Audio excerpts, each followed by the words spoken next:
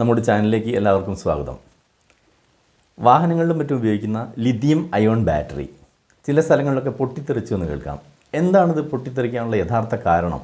നിങ്ങളിനി ഭാവിയിൽ അത് വാങ്ങാൻ പോകുന്ന സമയത്ത് എന്തൊക്കെ കാര്യങ്ങൾ ശ്രദ്ധിക്കണം? എത്തരത്തിലാണ് നല്ലൊരു ലിഥിയം അയോൺ ബാറ്ററി തിരഞ്ഞെടുക്കുന്നത്? ഇങ്ങനെയുള്ള വിഷയങ്ങളാണ് നമ്മൾ ഇന്നത്തെ വീഡിയോയിലൂടെ നോക്കാൻ പോകുന്നത്. ശരി, വീഡിയോയിലേക്ക് കിടക്കാം. ലിഥിയം അയോൺ ബാറ്ററി എന്ന് വെച്ചാൽ ഇപ്പോൾ വാഹനങ്ങളിലും മറ്റും ഉപയോഗിക്കുന്ന ബാറ്ററി പൊട്ടിത്തെറിച്ചു എന്ന് കേൾക്കുന്നത് തീർച്ചയായും ഭയപ്പെടുത്തുന്നൊരു വാർത്തയാണ്.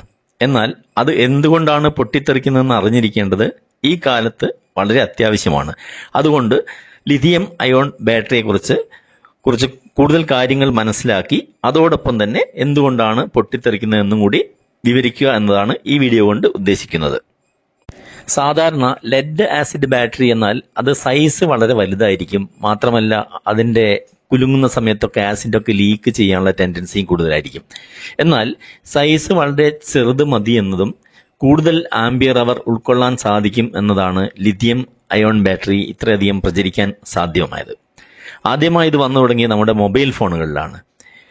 ഇതിൻ്റെ മറ്റു ബാറ്ററിയിൽ നിന്നും ചാർജിങ് എന്ന പ്രക്രിയ വ്യത്യസ്തമാണ്. അതെന്താണെന്ന് നോക്കാം. ലിഥിയം അയോൺ ബാറ്ററി ചാർജ് ചെയ്യുമ്പോൾ കൃത്യമായ ആംബിയറിലായിരിക്കണം ചാർജ് ചെയ്യുന്നത്. അല്ലെങ്കിൽ പെട്ടെന്നത് ചൂടാവാനും ചൂടായി കഴിഞ്ഞാൽ പൊട്ടിത്തെറിക്കാൻ സാധ്യതയുള്ള മെറ്റീരിയൽ കെമിക്കലാണ് അതിൽ ഉപയോഗിച്ചിരിക്കുന്നത്. അതാണ് അതിൻ്റെ ഒരു ദൂഷ്യം എന്ന് പറയുന്നത്. മാത്രമല്ല ചാർജിങ് ചെയ്തുകൊണ്ടിരിക്കുന്ന സമയത്ത് ഇതിൻ്റെ ടെമ്പറേച്ചർ മെഷർ ചെയ്യാനുള്ളൊരു സംവിധാനം കൂടി വേണം. നമ്മുടെ എല്ലാ മൊബൈൽ ഫോണുകളിലും കാണാം, നിങ്ങൾക്ക് അതിൻ്റെ ബാറ്ററീൻ്റെ ആ പോയിന്റ് ചെക്ക് ചെയ്ത് കഴിഞ്ഞാൽ 3 പിന്നുകൾ കാണാം. അതിൽ 2 പിന്ന് പോസിറ്റീവും നെഗറ്റീവും കൂടാതെ ഒരു പിന്ന് അതിൻ്റെ ടെമ്പറേച്ചർ ചൂട് സെൻസ് ചെയ്യുന്നതിനുമാണ്.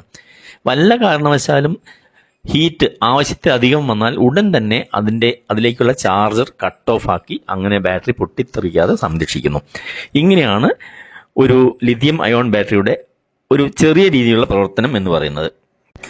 അടുത്തതായി, കാറുകളിൽ എന്തുകൊണ്ടാണ് വലിയ ബാറ്ററി ഉപയോഗിക്കുന്നതെന്ന് ചോദിച്ചു കഴിഞ്ഞാൽ വോൾട്ടേജ് വർദ്ധിപ്പിക്കുക എന്ന ഉദ്ദേശമാണ് അവിടെ ഉള്ളത്. വോൾട്ടേജും വർദ്ധിക്കണം, ആംബിയർ അവറും വർദ്ധിക്കണം. അതിന് നമുക്ക് അവൈലബിൾ ആയ ഒരു ലിഥിയം അയോൺ ബാറ്ററി എന്ന് പറയുന്നത് മിക്കവാറും 3.7 വോൾട്ടിന്റെ 2200 mAh ആ അളവിലൊക്കെയാണ് കിട്ടിവരുന്നത്. ചിത്രത്തിൽ നിങ്ങൾക്ക് വ്യക്തമായി കാണാം, കുറേ ബാറ്ററികൾ അടുക്കി വെച്ചിരിക്കുന്നു. അപ്പൊ ഇതിനകത്ത് നമ്മൾ വോൾട്ടേജ് വർദ്ധിപ്പിക്കാൻ വേണ്ടി സീരിയൽ കണക്ഷനാണ് കൊടുക്കുന്നത്. ഓരോ ബാറ്ററികളെയും സീരിയൽ കണക്ട് ചെയ്ത് ആവശ്യപ്പോൾ 48 വോൾട്ടാണ് കൊടുക്കാൻ ഉദ്ദേശിക്കുന്നതെങ്കിൽ അതിന് ആ വോൾട്ടേജിനെ ഡിവൈഡ് ചെയ്യുന്നു. ഉദാഹരണം 42 വോൾട്ട് ആണെങ്കിൽ ഡിവൈഡഡ് ബൈ 3.7 വോൾട്ടിന്റെ ആണ് ഉപയോഗിക്കുന്നതെങ്കിൽ 48 വോൾട്ട് കിട്ടാൻ എത്ര ബാറ്ററി വേണോ അത്രയും ബാറ്ററി സീരിയലായി കൊടുക്കുന്നു. അങ്ങനെയുള്ളതിന്റെ AH എന്നത് കൃത്യം ഇപ്പോൾ 2200 ആണെങ്കിൽ 2200 തന്നെയായിരിക്കും. കൂടാതെ വീണ്ടും AH വർദ്ധിപ്പിക്കാൻ വേണ്ടി ഇത്തരം സീരിയലായി ക്രമീകരിച്ച ബാറ്ററികൾ വീണ്ടും അടുക്കി പാരലായി കണക്ഷൻ കൊടുത്ത് AH വർദ്ധിപ്പിക്കുന്നു. AH വർദ്ധിച്ചു കഴിഞ്ഞാലേ നമുക്ക് കൂടുതൽ സമയം വാഹനം ഓടിക്കാൻ കഴിയൂ. അതുപോലെ തന്നെ വോൾട്ടേജ് വർദ്ധിക്കുന്തോറും നമ്മൾ ഉപയോഗിക്കുന്ന ആംബിയർ വളരെ കുറഞ്ഞു വരും. അതുകൊണ്ടാണ് നമുക്ക് കൂടുതൽ സമയം വണ്ടി ഡ്രൈവ് ചെയ്തു പോകാൻ സാധിക്കുന്നത്. ചുരുക്കി പറഞ്ഞാൽ സീരിയൽ ആൻഡ് പാരലൽ കണക്ഷനായാണ് ഈ കാണുന്ന ബാറ്ററി മുഴുവൻ ക്രമീകരിച്ച് വലിയ വാഹനങ്ങളിലേക്ക് വേണ്ട ബാറ്ററി നിർമ്മിക്കുന്നത്. എന്നാൽ ഈ ഓരോ ബാറ്ററിയുടെയും ചൂട് പരിശോധിക്കാനും അതിൻ്റെ ആംബിയർ നിയന്ത്രിക്കാനും ഉള്ള സംവിധാനം വളരെയധികം പ്രചാരത്തിൽ വന്നിട്ടില്ല. ഇപ്പോഴും ആ ഫീൽഡിൽ റിസർച്ച് നടന്നുകൊണ്ടേയിരിക്കുന്നുള്ളൂ. ഈ കാരണത്താലാണ് ഇത്രയും അടുക്കി വെച്ചിരിക്കുന്ന ബാറ്ററികളിൽ 1-2 എണ്ണം ഓവർ ഹീറ്റ് ആയാൽ തന്നെ പരമാവധി പൊട്ടിത്തെറിക്കാനുള്ള ടെൻഡൻസി വരുന്നത്. എന്നാൽ ടെസ്ല പോലുള്ള വലിയ കമ്പനികൾ ഇത് പരിഹരിച്ചുകൊണ്ട് ഓരോ ബാറ്ററിയും പ്രത്യേകം അതിൻ്റെ ചൂട് നിരീക്ഷിക്കാനും അതുപോലെ ആംബിയർ നിയന്ത്രിക്കാനും സംവിധാനം ചെയ്തു വരുന്നു. അതുകൊണ്ടാണ് ചില ബാറ്ററികൾക്ക് വളരെയധികം വില കൂടുന്നതിനുള്ള കാരണം. ഈ സംവിധാനം ഉണ്ടെങ്കിൽ മാത്രമേ ബാറ്ററി പൊട്ടിത്തെറിക്കലിൽ നിന്ന് ഒഴിവാക്കാൻ സാധിക്കുകയുള്ളൂ.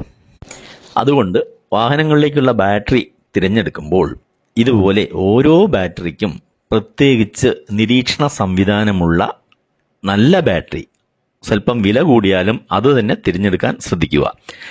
ഇപ്പോൾ ലിഥിയം അയോൺ ബാറ്ററിയെക്കുറിച്ച് ഏതാണ്ട് നിങ്ങൾക്കൊരു ഐഡിയ കിട്ടി എന്ന് വിചാരിക്കുന്നു. വീഡിയോ ഇഷ്ടമായെങ്കിൽ അഥവാ നിങ്ങൾക്ക് പ്രയോജനപ്പെട്ടുവെങ്കിൽ തീർച്ചയായും സബ്സ്ക്രൈബ് ചെയ്യുവാനും ഷെയർ ചെയ്യുവാനും മറക്കരുത്. വീണ്ടും ഇതുപോലെ നല്ലൊരു വിഷയവുമായി കാണുന്നവരെ ഗുഡ് ബൈ.